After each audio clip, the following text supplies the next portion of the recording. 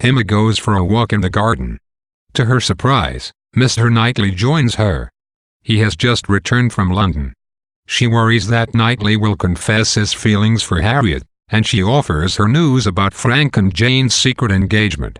Knightley already knows about it and offers his consolation, but Emma assures him she has never had feelings for Frank.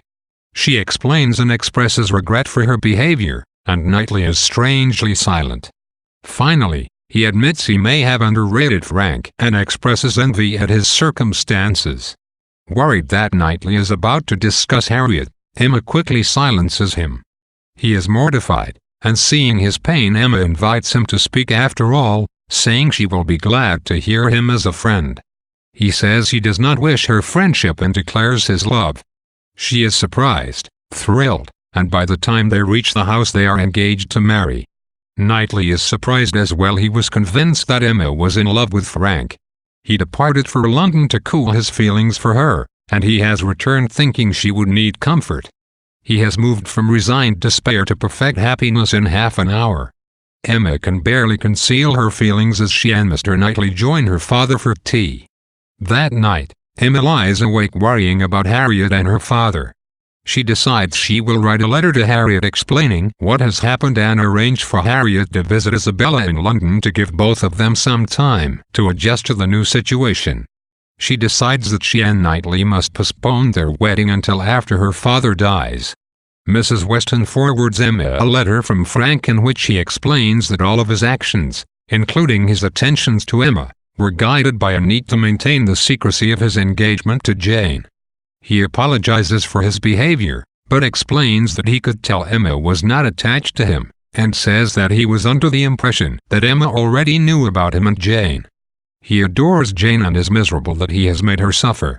The couple quarreled the morning of the Donwell Abbey party because Jane was upset about his behavior toward Emma, thinking it an inappropriate way to maintain their secret. Frank was upset about Jane's caution, which he interpreted as coldness. Frank then left for Richmond, and Jane wrote to him to break off the engagement. He received the letter from Jane the morning his aunt died, and in the flurry of subsequent correspondence failed to send his conciliating response to her. She sent his letters back to him, indicating that he could return her letters at her governess post. This was the first news Frank had heard of her new position, and he threw himself at his uncle's mercy, receiving approval for the match. He then sped to Highbury to find Jane very ill.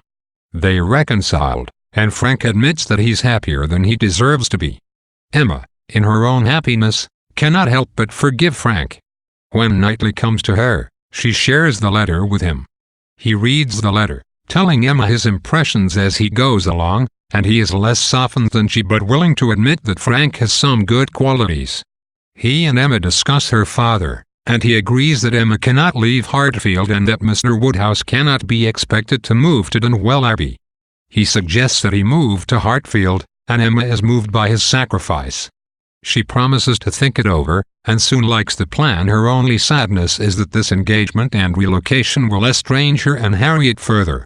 Nearly every sentence that passes between Emma and Knightley in Chapter 49 is misinterpreted, reinforcing the picture the novel has given us of the difficulty of correctly interpreting social exchanges.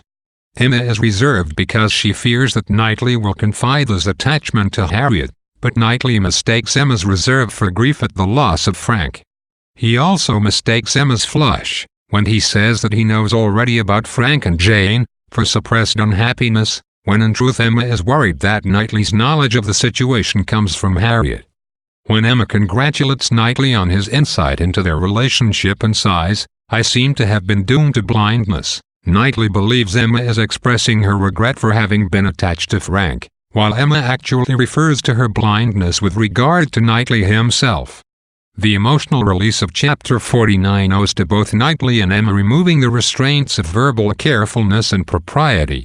Emma's forthright statement about her lack of feelings for Frank encourages Knightley, though he expects opposition and doubts whether his words are appropriate, to confess his feelings for Emma.